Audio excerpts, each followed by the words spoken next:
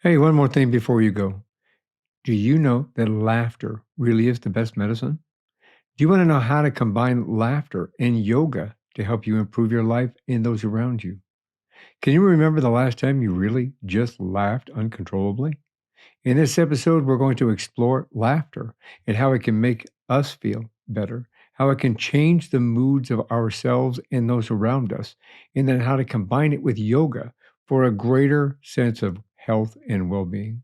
Stay tuned. I'm your host, Michael Herst. This is That Thing About Laughter Yoga. It's a perfect way to start a weekend with a Friday fun episode. We'll be right back.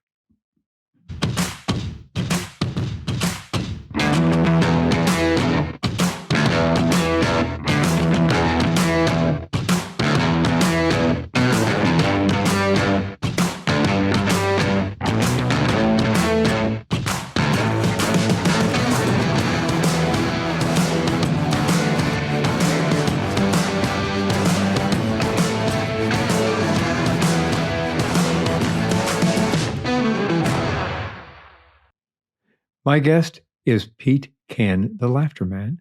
During an afternoon at his summer festival with his family, the joyous sound of laughter ringing out from the arboretum, Pete stumbled onto his first laughter yoga event. The rest is history. Pete Cann became the Laughter Man. It transformed his life and those around him, utilizing a very unique form of yoga, meditation, and laughter to help you develop a greater sense of health and well-being. He's made it his mission in life to bring health, happiness, and the wealth benefits of laughter to the whole wide world. We don't laugh enough, especially in this day and age. And when we learn his secrets to happiness and exploring perceptions of our mental health, it's going to make our weekend so much better. Welcome to the show, Pete. Thank you, Michael, for having me. That's a good way to start off. That's a great way to start off, actually. It's morning here. It's afternoon where you're at, but any time of day is a good day to laugh, right? Completely. I start the day laughing, and the more laughs I can get during the day, the better, really. Well, I think that, yeah, and you've had an amazing journey getting to where you are the Laughter Man, and you spread that joy and that happiness and the opportunity for people to laugh across the world, actually, because you do it both in person and you do it online, right? Yeah, completely. And it's like I wasn't always the laughter man. I mean, the laughter man has been born through COVID, because I've also run a chef agency in the UK. So we supply chefs to hospitality, and hospitality got shut down in March last year. And our business, I mean, with 13 years we are now trading, so our business literally ground to a halt overnight, and it was bad. It was a bad time, really, because we had a good life. We were having 7 weeks off holiday. We were taking Fridays off. We were just enjoying ourselves. We had a team in the office that were we'd obviously built that over the years, and everything was just ready for the next level. And then all of a sudden COVID came along and went, nah, let's shut that down. And I was already laughing. Sort of 2016 was when I discovered laughter yoga as a practice. And I was starting to sort of in 2019, I learned to be a laughter leader, and I was basically bringing a bit of laughter into my week, and on a Friday I was certainly trying to just get more involved with companies and say, look, this is the thing, and this is really good. It's working for me. And like I say, when COVID shut us down, I literally dived in and started laughing 4 times a day with a group of people online. And not because it was funny, but because I knew how good it was for my mental health, good for my spirits, for my just everything, well-being, really, just to get into that uncontrollable laughter stage. And it was probably 2 weeks in when actually I realized it worked online. It's not, don't get me wrong, it's not as powerful than it is in person, because you've still got that connection's not quite as strong, but it was working. And then next thing I know, someone, can you come and do this in my office, or in my Zoom team meeting? I was like, yeah. It's like, how much are you? I was like, $150. And they're just like, really? And I'm like, yeah. And then that was it. And I'm a little bit more than that, to be fair now, but starting it, to know that there was like a demand for people that wanted laughter in their team meetings was a really really refreshing for me actually. And now things are starting to open up. I mean, where everything really in the UK is open now, and the core business is starting to move again, which is fantastic. But actually, I've created this new business on the side, which is, and actually, it's starting to get to a level where I'm self-sufficient, which is amazing. Well, let's learn how you got there. So I want to rewind just a few minutes. Yeah, Well, yeah. maybe a few years actually. Let's find. So obviously you're British. So hmm where'd you grow up? Sorry, I take a quick sip of my happy cup. Look, smiley face. Lots of triggers. So I grew. Okay, I was born in Germany because my dad was in the forces, and then for 5 years, sort of went from Germany to Cyprus, and then moved. Like when we got to five, my mum said to dad, "We need to find a base. We can't travel around following you around now because." Obviously, me and my sister were getting older, so lived in the southwest of the UK, and so grew up in a town called Taunton, and for till I was 18. So and that was basically where I grew up, where I suppose I started laughing back then as well, and then sort of my old man came out of the forces when I was like 13, which was quite an interesting time because I was hitting puberty, and I'd been used to being sort of the man of the house for such a long time, and then all of a sudden Dad come along, and there was definitely some friction at that point in my life. But we've made up, and we've connected again, which has been really, really good. I said we'll go deep. You didn't even ask me the question, and I've gone there, Michael, already. No, it's okay. I mean, look, conversations evolve, so it's all Yeah. good. I mean, it's. I know I did not grow up in a military family, but I was in the military. My brother was in the military. My uncles were in the military. My stepfather was in the military, but I was an adult during the Mm. majority of all of those. I was a kid when my other relatives were in the military. So obviously, what's it like being? What was your family like in that respect? Obviously, you said you were the man of the house for a while. Was he gone on tour a lot? Yeah, I mean, not so much tour. I think he, the Falklands. He was there, and he did a stint in Ireland as well, in Northern Ireland. So it was all pre sort of the Middle East when that all started kicking off. It was all before then. So, but he was based in Germany. In two different camps. I mean, we wouldn't see him for 3-4 months at a time, and then so it was a bit, like I suppose I didn't have a dad at points where I probably needed a dad at that point. And what's been really interesting is something that I've dived into through a practice called EFT, which is tapping. I was basically sort of tapping these emotions. Where it was for weight loss. Basically, that was why I went to EFT. And then we had this session, and when you do EFT, they say, look, we're going to let go of some emotions, and they either come out like with a yawn or a belch. And I was doing this tapping, and we hit the fact that it was sort of my dad. There was a point where my dad, we had an argument, and he sort of pinned me up, and I basically was at a point where I was just like, felt like I wanted to be heavier, and it was interesting. She was asking where the emotions were, and I was like, it's all around my stomach, and like, where are you at the moment in between 1 and 10? I was like, I'm like crying number 9. I was really, really emotional. It's interesting actually. I just did a little belch then, actually, just talking about it. And then we were doing this tapping, and literally we did all this tapping and talking about it, and I just literally went for probably about 5 to 10 seconds, and and I felt a little bit embarrassed, and she's like, "That's fine, that's the energy." She's like, "Where do you feel now?" And I was like, "Probably a 4." And it was just like, really, like, honestly, this energy just disappeared, and it was just, and then I like literally walked out of that session, went and spoke to my mum. I said, look, I want to talk to Dad. I want to sit down and have a conversation properly. I don't live in the same town anymore, so I arranged this conversation to go down, for dinner. And there was tears between me and my dad, because it was just like, I was very much like, Dad, I felt like you weren't there. And he's like, yeah, but I was doing the best because I was putting food on the table, and I know I wasn't. And I was like, no, I know that. And out of that whole conversation, we then said, well, let's just spend a weekend together. And we ended up walking, and there's a canal in the UK that we walked basically over 3 years, we've walked the whole length of this canal. So and literally the end of September, we're going on another walk for a coastal walk. So it's like it's a father son thing, and it's just like actually, and we don't really talk that much, if I'm honest, because my dad's not much of a talker. Although he does when he's with the different dynamics, but but it's interesting because it just feels like we've got this connection, and I suppose each time we go away it gets a little bit deeper. We start talking about his childhood, we start talking about how he was brought up, and how the army was for him, and all these things that like I'm really really interested in knowing. So it's but sort of to put a little spin on this, I suppose, where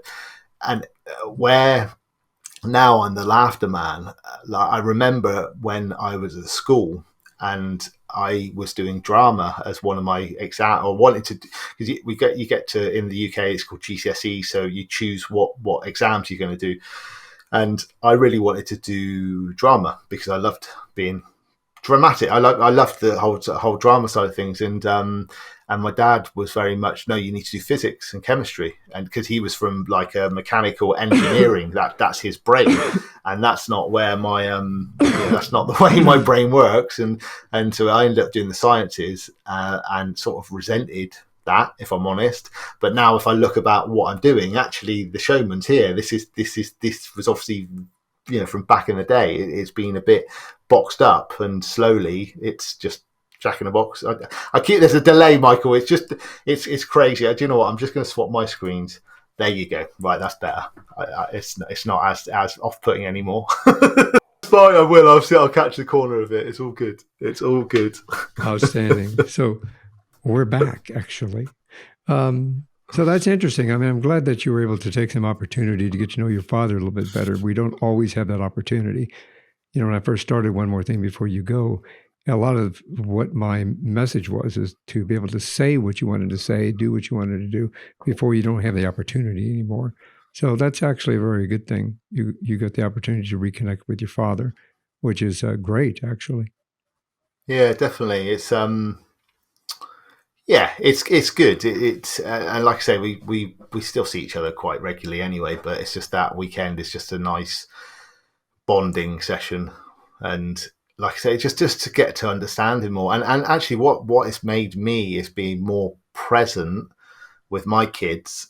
Although I do feel guilty quite a lot of the times because I work a lot, but I'm in the same space when I'm working, and hopefully, we do have fun when we, like today, I've taken the kids to the trampoline park, and we had lunch together, and I knew I had this, so we had to come back for this interview. But the point is, like, they know it's Daddy Day, and they're like, yeah, it's Daddy Day, Right. and so we have fun. But also the fact that my kids are both like quite entrepreneurial as well in the way they think, whereas my both my folks, or my upbringing wasn't entrepreneurial at all. There was no sort of, it was very much work for the man, and get your pay slip, save up some money, blah blah blah. Whereas the way I feel is that you can create the life that you want to wish to lead, as long as you're just visualizing. I visualize a lot of stuff. I've got goals set that I know what I want. I know where I'm going, and it's really interesting because we're at quite a close point in the moment where we're about to sell this house, and we're going to move to Cornwall, which is a really lovely part of the country, and that's a big family move for us, for my eldest to go to secondary school. But we visualized that 3 years ago, so it's all sort of happening, which is amazing. But then sort of speaking to my parents about stuff like that, they just don't understand, really, I suppose, a little bit. But maybe that's, again, I don't know if that's just an educational piece. They've not really thought about it, or it's interesting. Well, speaking of that, I know that you had said something about you have a sister or a brother. I've got a sister. Yeah, a younger sister. Um, so I'm assuming that trying to reconnect would be the good word of what I'm saying, and trying to reconnect with your family. Go back to side by side here. Was it difficult for your father to connect with your sister as well, or do you know whether or not they're in the same place? Not to get into big family discussion, but No, definitely. No, not at all. Not at all. There's a different relationship there. And it's, I mean, I was a bit of a wrong un, when I was a teenager. I definitely went and tried most things that were available to me and didn't really listen too much. So me and my dad had a quite an interesting. Oh, my sister always says it was really good, Pete, because you always did all the bad stuff. So actually, anything I did was never as bad. Although there was stuff that she tells me, she's like, "Oh, I did that." I was like, "What? Yeah, did mum and dad know?" No, they were too busy telling you off and being like, you were just the troublemaker. But then on the other side, I suppose they could obviously see the potential in me when I was at school, and again, I fell into the wrong crowd, and I think it's really important about people that you hang around with. It does make a massive difference to whether you are, I think, successful or not successful, or whether you're lazy or you're proactive. It's all about that influence of people around you. So when I was at school, I fell into the wrong crowd, and my straight A, well, I was very intelligent, and I was on for some really good marks, and then all of a sudden they just dropped down to C's and D's because I just got lazy and just started messing around and smoking down the bottom of the field and all of that stuff, where I suppose my parents were looking, going, well, actually we could, we know you're better than this, Pete. So but now I look at them and I'm still waiting for them to say they're proud of me. That's still something that's, I'm sure it'll come out one day, or maybe I'll just ask them one day, like, are you proud of what I've achieved? Because like, to have a business for 13 years is quite I think is a very big accomplishment, and to be sort of self-sufficient, and it's what's interesting is, especially mum, and I think this is a mum's job anyway, is to sort of worry about things and just like, oh, don't stretch yourself, and don't spend money on that, and do. Whereas I'm like, mum, it's fine, we'll make it happen. We'll make it happen to have this life, and she doesn't get that. So, but it would be great for her, just to say, like, hey, we're really proud of the fact that you've done all this for yourself, and especially where I've come from to where I am now. Yeah, I think we all kind of seek that. It's a situation that sometimes our parents, especially in that generation, they don't always understand or know how to say that. They just feel that they kind of fall into that same old mold. As you sound like the same kind of a parent that, like I grew up in a very dysfunctional family. The story's not about me, so just in comparison, it also taught me what not to do with my children. You know what I mean? It just kind of taught me that I need to make sure I check myself, basically. And I'm sure that, as you said earlier, you kind of check yourself a little bit so that it doesn't fall into the same modality, basically. Yeah, definitely. And then, even like the school that the kids go, you hear some of the parents speaking to their kids and just like, wow, how are they going to actually feel valued and feel like they can be the best that they can if you're always telling them off and you're always curbing them? And don't get me wrong, there's times to say, look, okay, I'm doing a podcast, can you be quiet because I'm doing this thing, Right. but not just like looking, when they do a picture, it's like, it's amazing that came from your brain. You did that freehand, like, wow.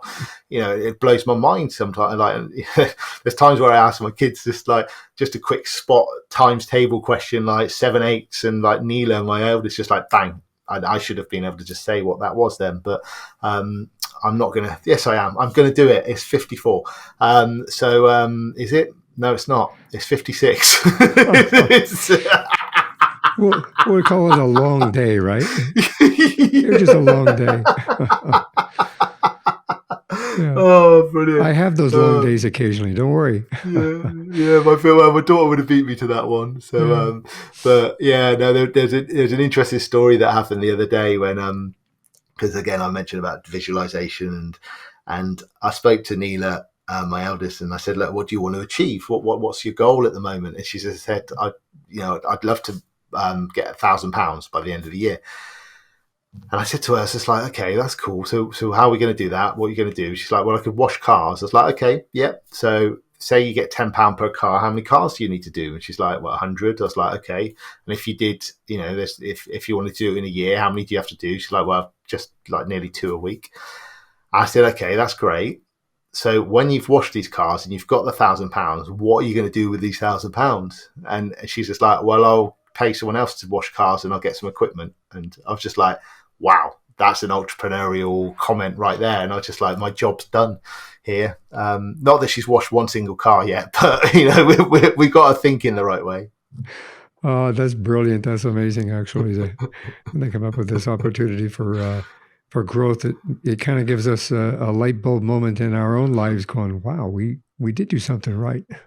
Yeah, definitely. Yeah, pretty cool. It's Speaking of light bulb moments, you were the owner, or you still are the owner of and the director of a successful recruitment company for chefs across Britain, correct? Mm-hmm. How'd you get involved in that? Did you go to school for it, or? So when I went to school or went to college, I did hotel management, which was obviously hospitality side, and then worked for, I would say, a good 15 years across all different hospitality. So like from chefing to being a waiter, hotel, restaurant manager. And then someone said to me once, oh, you'd be really good in recruitment, because I'm quite chatty, salesy, I suppose. And I went and worked for an agency, and then I started a company. London wanted to open a desk in Bristol that was doing to exactly what I was doing at the time. So I started that, did that for 2 years, and then Chloe and I travelled for 14 months around the world, which was amazing. Got married in Thailand on the way around. Which was planned as well, it wasn't just a spontaneous let's get married. And when we got back, it was in the recession 2009, and it was very much actually there was no jobs around. I fell back into the job that I had, but I was the last one in and I was the first one to be let go. And I sort of spoke to Chloe at that point and said, well, look, I can't find a job, Chloe, should we just start our own little agency and see what happens? And that's it. That's how it started, really. And it's interesting how it's grown and changed over the years massively from sort of where we first started, where we used to do a lot of waiting and event staff. So like you imagine the horse races when you've got the waiting staff, or the the football or the soccer, the people pouring drinks at the bar, we used to supply those people. Whereas now we just do chefs, because actually we realized that it was a better business for us, better business model, and it was less stressful. And so that's how we got into it.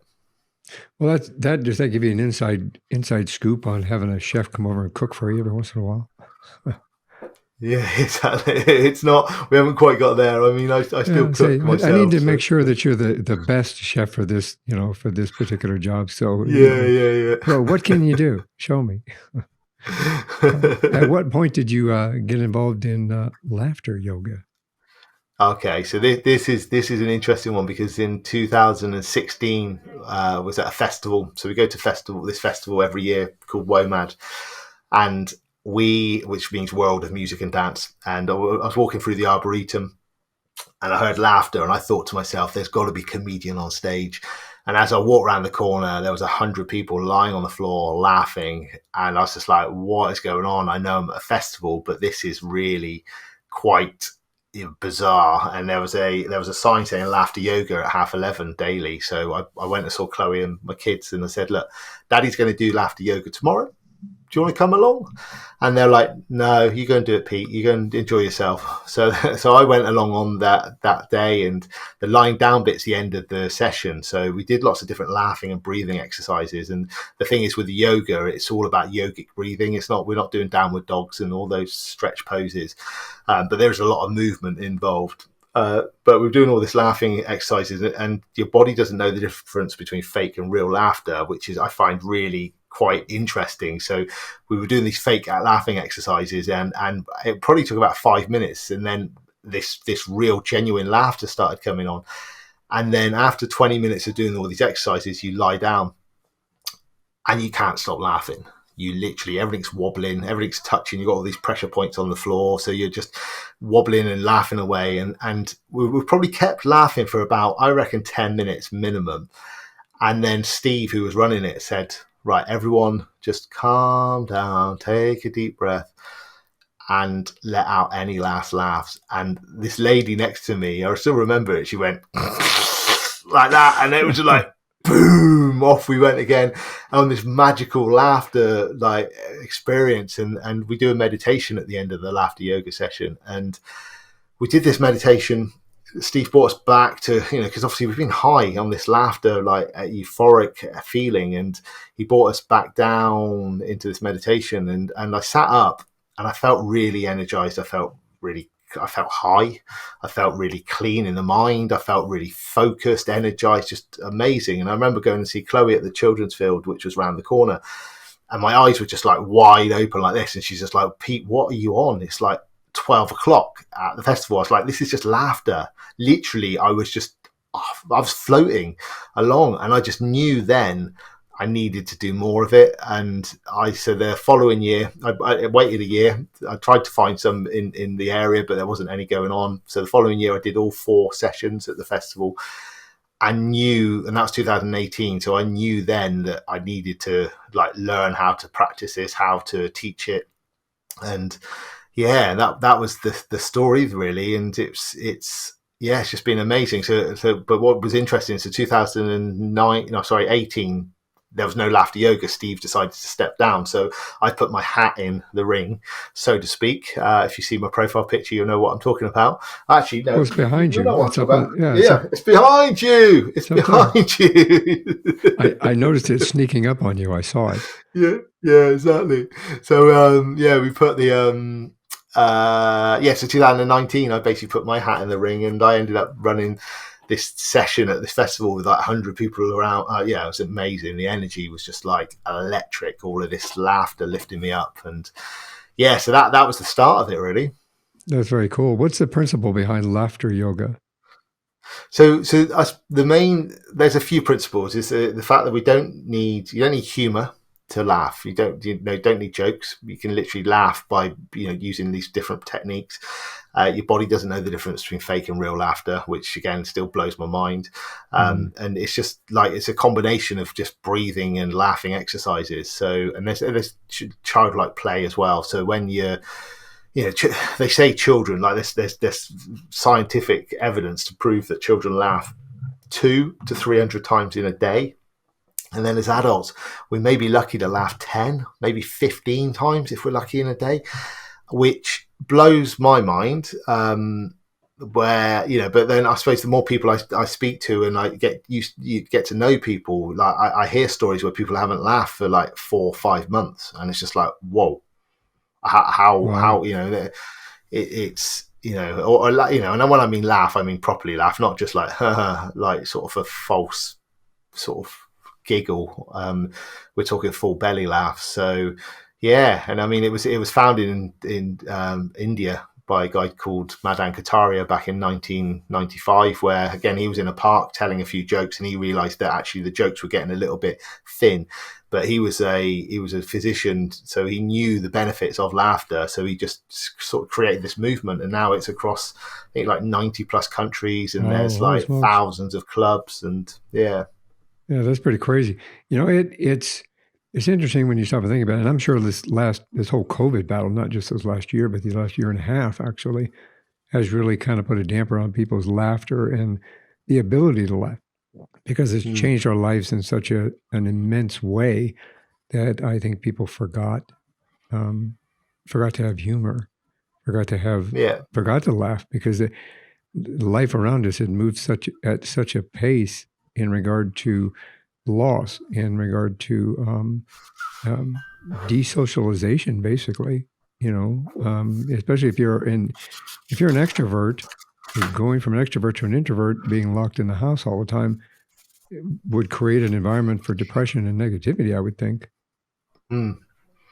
Yeah, definitely. I mean, look, I've been obviously you can probably tell I am an extrovert, and I suppose for me, like having that tapping into other people, because there is a community, a laughter yoga community. So, there was like we just like I say laugh 4 times a day. So we would have these set times, and when you do a laughter yoga session, especially if you're with other yogis, you will like not talk. You don't talk. There's no talking involved in laughter yoga. So it's the only talking is the person that's actually running the session. So we do like 10 minutes of laughter exercises, and and just feel amazing afterwards. And then that feeling can last anything from like sort of 12 to 16 to 18 hours afterwards. So actually we were topping it up every day and just keeping ourselves in this good high. And what was interesting is like the days where you don't do it, and there are days where I don't laugh, I can tell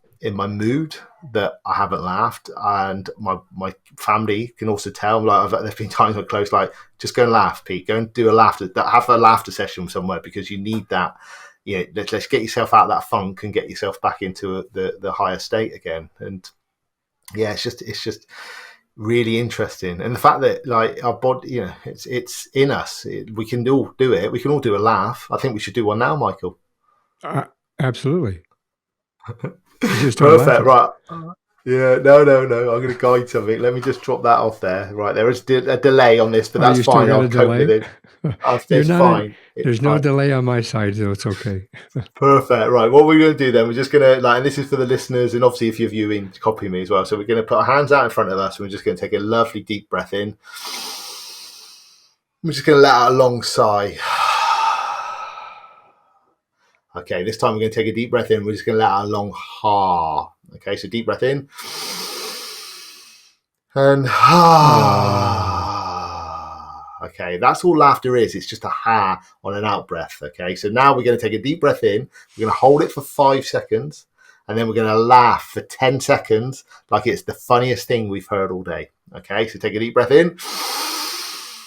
Hold it, hold it, hold it, hold it, hold it, and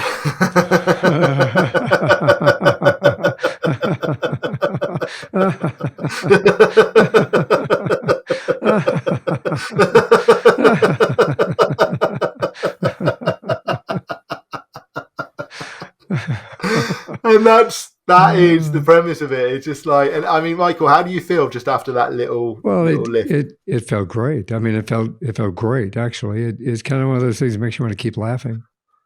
Mm. It just makes you want to keep laughing. I know we've got a show to do, but it makes you want to keep laughing. It feels good to laugh. It feels good to let it out. Definitely. And I think we're so programmed into just negativity all the time. I mean, I don't watch the news. I haven't watched the news for a long time. I'll find out. I know COVID stuff. That'll hit me at some point through social media. Someone will tell me, probably my mum. To be fair, just go, "Oh, do you know this?" And it's just like, yeah, I'm just laughing. I'm laughing. You know, when we laugh, we strengthen our immune system, because we're taking this deep oxygenated breath into our body, which is pumping like oxygenated blood around our body, which is firing up endorphins, serotonin, oxytocin, all these good chemicals. And, you know, it strengthens our immune system. So when I do talks and I go into these, you know, these businesses and run these sessions, I mention that. I never say it's going to protect you from COVID. That's not what I'm saying. But actually, where I speak to a lot of yogis, I've got a podcast myself where I interview laughter yogis, and I asked them, when was the last time you were ill? Like, and I mean like a little cold, you know, cold or a flu, and some of these people are like 15, 16 years, 17 years, because they've Well, yeah, practiced the laughter. mind body connection, mind body soul connection actually is an amazing tool. I have an autoimmune disease that I manage every day, and I do it mostly with my mental well-being and my mental state. So I relate to that statement. It Yeah. works. It helps me when you stay positive, and laughter is part of positivity. I always feel better when I'm having a bad day or a flare up. It's usually because I got angry, I got negative, Mm-hmm. I was upset about something, I was anxious about something. But when I'm in a good mood, or I'm laughing, or I'm watching a great TV show or a movie and I'm laughing, I seek that out actually to help me laugh. But from your Yeah. perspective, we don't necessarily need the movie or the TV to do that. We have the ability to No, do it within ourselves. we do, and it's. I mean, you can do it on your own. I mean, there has been times where I have dived into laughter yoga. I mean, another time which was really deep into sort of like my mental health was go back to the chef agency. We created an app, borrowed £150,000 to create this thing, which didn't take off basically. And it was a case that it wasn't so much borrowing the money, because we could pay that, but we've paid it back. That's all gone now. But it was the fact that I'd spent 18 months of my life creating this app that just didn't go anywhere, and I felt like a failure. But literally 3 days before Christmas, we got a letter through the door from the finance company saying, actually, we want the money back, because what we'd done completely innocently was borrow the money down on our business to create this other side business.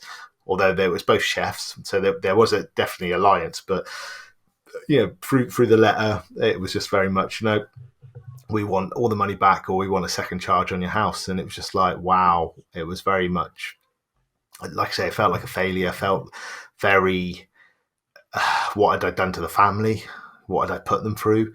Putting them into this situation. And I remember the February after the Christmas, and we were camping, and I was doing a miracle morning thing where I was just like meditating and going for walks and stuff, because I was in a really very bad place where I was just like, actually, what's the point in being here anymore type place. And I was watching videos online, and there's plenty of stuff. If you Google laughter yoga, there's loads of YouTube videos, and Madan he's got quite a lot on there. And I just remember being in the sand dune, and I had my phone, and I was just watching this video, just laughing along to it.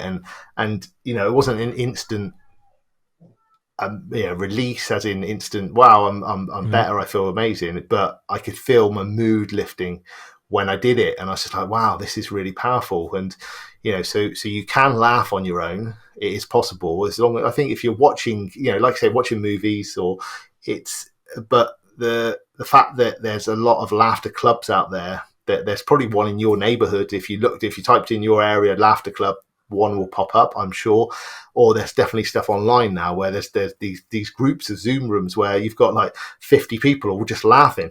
Just that's all they do for 10 minutes. Just laugh. That's amazing. There's no talking, and it's just you finish this laughter, and especially the people that obviously are properly into it, like I am. It's just like, well, actually, you feel like alive, you feel energized, you feel good. And the stories that I've heard from some of these yogis that were on like antidepressants, and they don't take tablets anymore because they use laughter as that coping mechanism to get off the drugs, basically. And it's just like, it's interesting, people that have gone through like divorces, losing their job, a car crash, like just crazy. And that laughter just came into their life at that point, and then they went with the process and realized, actually, this is really good for you, and I feel better.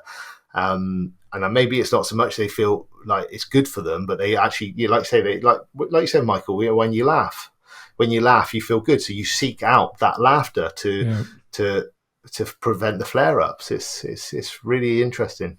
You brought back a memory, actually, of my father. Many trials and tribulations, and growing up, he was an alcoholic, unfortunately. But there's one thing I do remember: in every time we had a very negative incident within our household, whether not abuse or physical abuse or anything like that, but a negative thing, and my father would used to say, "Well, what are you going to do? Laugh." And I remember that as a child, actually. I didn't always follow that practice as I grew up, but I do remember him saying that. And I thought, well, maybe he was saying it because what else you going to do? That was his thing. What else you going to do? Laugh. But we have a choice now. So you have a passion about sharing the laughter. You have a goal, don't you? Yeah, my mission is to bring laughter to 1 million people by the end of the year. So we're getting there. People ask how you're keeping a tally, and it's just like, no, I'm not keeping an actual tally, but I'm just with that vision of just bringing laughter to the biggest audience I can do. So, it's just important, I think, that people understand that this is an option. You can actually choose laughter. That's fine, and it's all right. It's all right to laugh, even when you're not meant to be laughing, or you don't feel like laughing. Actually, it's a good time. That's the best time to laugh, really, when you don't feel like laughing. Absolutely. I think, do you think that I've talked to a lot of people on this podcast, and we have family members actually that have depression and anxiety. I know earlier you mentioned something about that the yogi individual doesn't do tablets anymore for his depression. Do you think that this methodology would be something that would benefit them? Somebody with Definitely. depression or anxiety?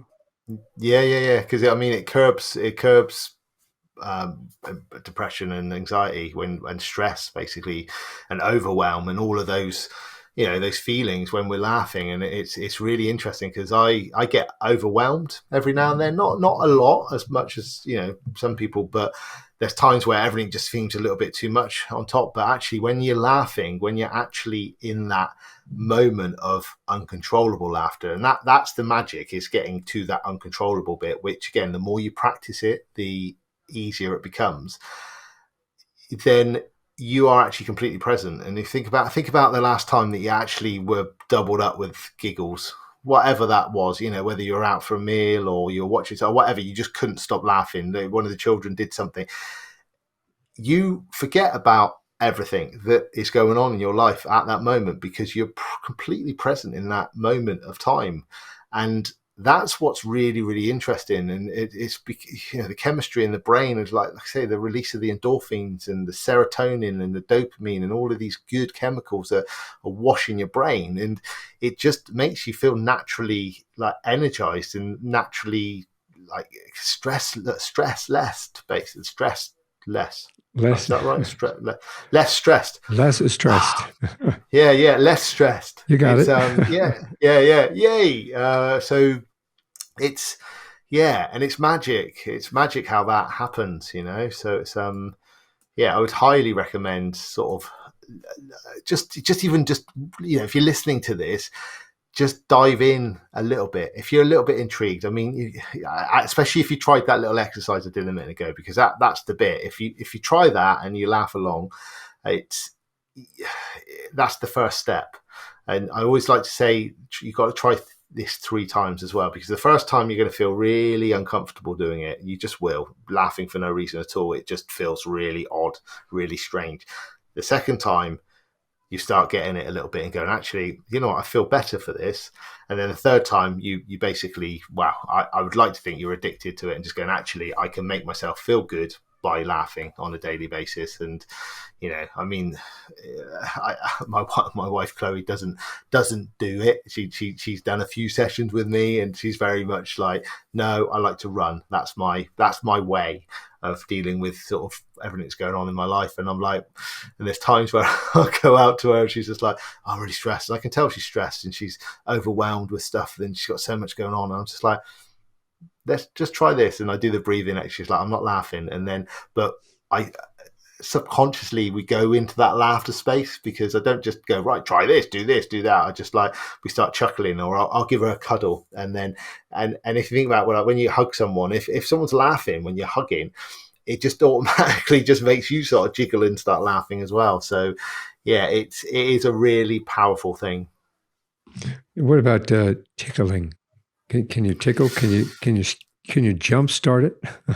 I do you know what? There's a couple of different thought patterns on this one. So one of the exercises I do is I tap my neck like this. Okay, so we should do this as well, Michael. So we tap our neck, and this is quite a shallow laugh. So this is like a hee hee hee. So we go hee hee hee hee. I would love to do that, but I just got out of shoulder surgery. I can't raise my other arm. That's fine. But so when I've done this before, and they've said, it's like tickling, and someone said to me, you can't tickle somebody because they might go into this state of when they used to be tickled and they don't like being tickled. So I don't know, but then that's possibly just their own experience of tickles, basically. I mean, do we like being tickled? I don't like my feet being tickled. I hate it, actually, but I don't know, it's a natural thing. It's the same with the kids, isn't it? You just like, you know everyone's tickly spot and they don't want to be tickled, but it's a really good way of getting you. So exactly. Is it a form of torture? I don't know. If you were like, tickled, That would be the perspective, I guess, of the tickler or ticklee. Tickly, exactly. Imagine Yeah. that, like, yeah, just locked up and just literally tickled for days. I just think, would you become immune to it? I don't know. I don't That's think you would. that might, yeah. When I have grandkids, I'll have to see. I'll have to Yeah, experiment. exactly. Yeah. Child services. Why are you tickling your grandchildren? Well, it's a test. It's a test. Just want to What, see. Yeah. Pete? What inspires you to keep going? What inspires you to move forward in life with this in spreading With laughter? this, uh, it's the way I love seeing people's reactions when they get it, because I know they're having that feeling that I had for the first time, and that's what inspires me the most. Is that actually this is a thing. It makes me feel amazing. Like we've already spoken about. I've got a business, I've got a family, I've got all of this stuff going on, which is all can be quite stressful. But actually, the laughter is a really great way of just having a really nice headspace through the whole thing. And if I can just change one person's outlook through some laughter in a day, then I'm doing a good job. And so I do a thing on LinkedIn where I do a laughter live, it's called, and I invite guests on for 15 minutes, and we just laugh together. And it's really, I mean, this week I've had a couple of fantastic guests where they get me giggling. Like when someone gets the giggles, that just sets me off, because I'm just like, brilliant, they're laughing genuinely, which is setting me off genuinely. And then you get that contagious loop where you just both keep laughing and laughing. And especially like online, it does work. It's not the same as obviously getting the giggles when you're in the same room as somebody, but and I just feel that there's just a deeper connection as well when you laugh with people. There's a lot of people I've laughed with throughout COVID that I've never met, but I know the day when I meet them in person, which will happen. There'll be an event we'll be at or whatever. As soon as they see me, they'll start smiling and giggling. I'll start laughing, and it'll just be a really magical experience. Yeah, that's amazing. It's contagious, isn't it? I mean, it's kind of Mm-hmm. it's almost like a sneeze. Somebody sneezes, and the next person has to sneeze for whatever reason. Yeah, It's yeah, kind of yeah. contagious. It is. It's massively contagious, and this is the thing is when you do a session in person, it's like I say, it's really awkward. The first 5 minutes, it's just a bit odd, because people are like, "Right, you want me to just be a bit childlike and just do these things that make me feel like I feel really uncomfortable, I feel self-conscious." But when the laughter comes, someone just starts, someone just gets the giggles, then that sets you off. And then you've always got, like, everyone's got different laughs, and you've got the people that maybe are a little bit embarrassed about their laugh, but they're the best laughs, because they're the laughs that help set other people's laughing off, because that's just how it is. I never used to have I I'm never had sorry. one of those. No, I never had a snort. I never had it.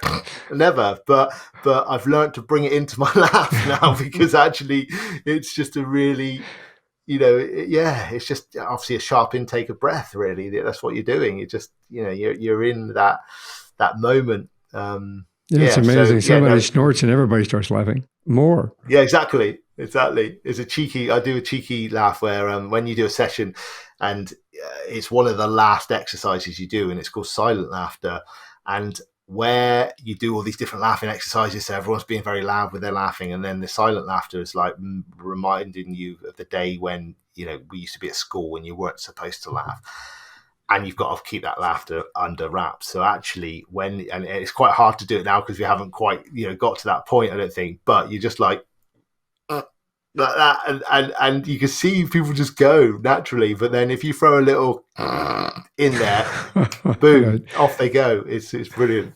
yeah, it's pretty cool. Well, let's talk about how you and how other people can get involved with you, and how they can find you. And you've got a special event coming up soon. So can you tell us a little bit about that? Yeah, sure. So I've got this 5-day challenge where if anybody has listened to this and gone, actually, do you know what? I'm up for trialing this to see what the difference is. Then there's a 5-day challenge that's set on the website where you can just literally tap into the address that's on the page now, and the first video is very much me going, look, set yourself a goal, because I believe that laughter is a great way of achieving things as well. So whether it's like painting the spare bedroom or getting that piece of coursework that you needed to do, could be anything. It could be something that's just hanging around you, that's been hanging around for a little while. Well, set yourself a goal to get that done by the end of the week. And then each morning you get a little video from me, or maybe afternoon, depending on where you are, obviously, in the world. Which the first video is like 2 minutes long, and then it's 3, 4, and then the last day is 8 minutes long. And I can guarantee if you follow it and just go with it, you will definitely achieve that goal and you will feel much better for it. Yeah, and your website itself, can they get? I know that you've got 2 separate links that we're going to present. And I'll have those in the show notes as well. But your website itself is petecann.com, correct? Completely, yeah. petecann.com, the CANN for November, and there's loads of stuff on there. There's loads of videos, and you can find all my social links on there as well, which you'll find me. Come and say hi on LinkedIn. That's probably my most. That's where I hang out the most. And if you've heard, if you've enjoyed this and you want to come and get a bit more laughter, then definitely come and say hello. And I'll make sure that I've got links in your bio on my website at beforeyougopodcast.com. How they can find you on LinkedIn, and as well as these particular links here. When does the 5-day challenge start? It's evergreen, actually, Michael. So anyone can dive in at any point. As soon as they enter it, they're in the, they do the 5 days basically. So if you want to start on a Monday, start on a Monday. If you want to start today, it's Thursday. It's not Friday the 13th, is it? It's Thursday the 12th. Yeah, earlier conversation, I lost a day, or I gained a day, I should say, not lost a day. Yeah, well, it's been a long week. We've had thunderstorms, lightning close by. And I'm old. That was interesting. That was interesting because you've preempted that was going to happen, and then I had the internet outage. So it was. I do have a lot of conversations with mediums and psychics and angel talkers. So maybe one of them was talking in my ear. That's very cool. Pete, this is one more thing before you go. So is there anything that you'd like to share, words of wisdom before we go? Do you know what? The one thing I would like to share before you go is another laugh. So what we're going to do, we're just going to laugh for, I reckon, let's laugh for 20 seconds, Michael. That's all we're going to do. And we're just going to, let's just do that exercise again. I think it's probably the easiest thing to do, actually. So we're just going to take that deep breath in again. I'm just going to let out a long, okay, we're going to take a deep breath in again, and we're going to hold it for 5 seconds. And this time we're going to laugh for 20 seconds. Okay, so deep breath in. Hold it, hold it, hold it, hold it, hold it, and